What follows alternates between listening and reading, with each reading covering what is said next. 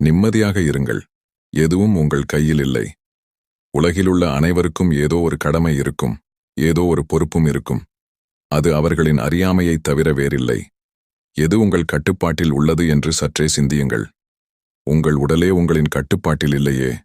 உங்களின் உடம்பே உங்கள் பேச்சை கேட்காத போது உலகில் வேறு யார் கேட்பார்? உடலை விடுங்கள். உங்களின் தலைமுடி கூட உங்களது கட்டுப்பாட்டில் இல்லை. முடி நரைப்பதும் உதிர்வதும் வழுக்கை விழுவதும் யாருக்குத்தான் பிடிக்கும்? முடி நரைப்பதையோ உதிர்வதையோ உங்களால் தடுக்க முடியவில்லையே.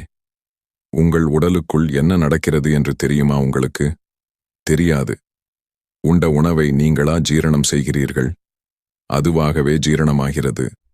இருதயத்தையும் குடல்களையும் கணையத்தையும் சிறுநீரகத்தையும் நீங்களா இயக்குகிறீர்கள்? இல்லையே. இப்படி உங்களுக்கு சொந்தமான உங்கள் உடம்பே உங்கள் கட்டுப்பாட்டிலும் பொறுப்பிலும் இல்லாதபோது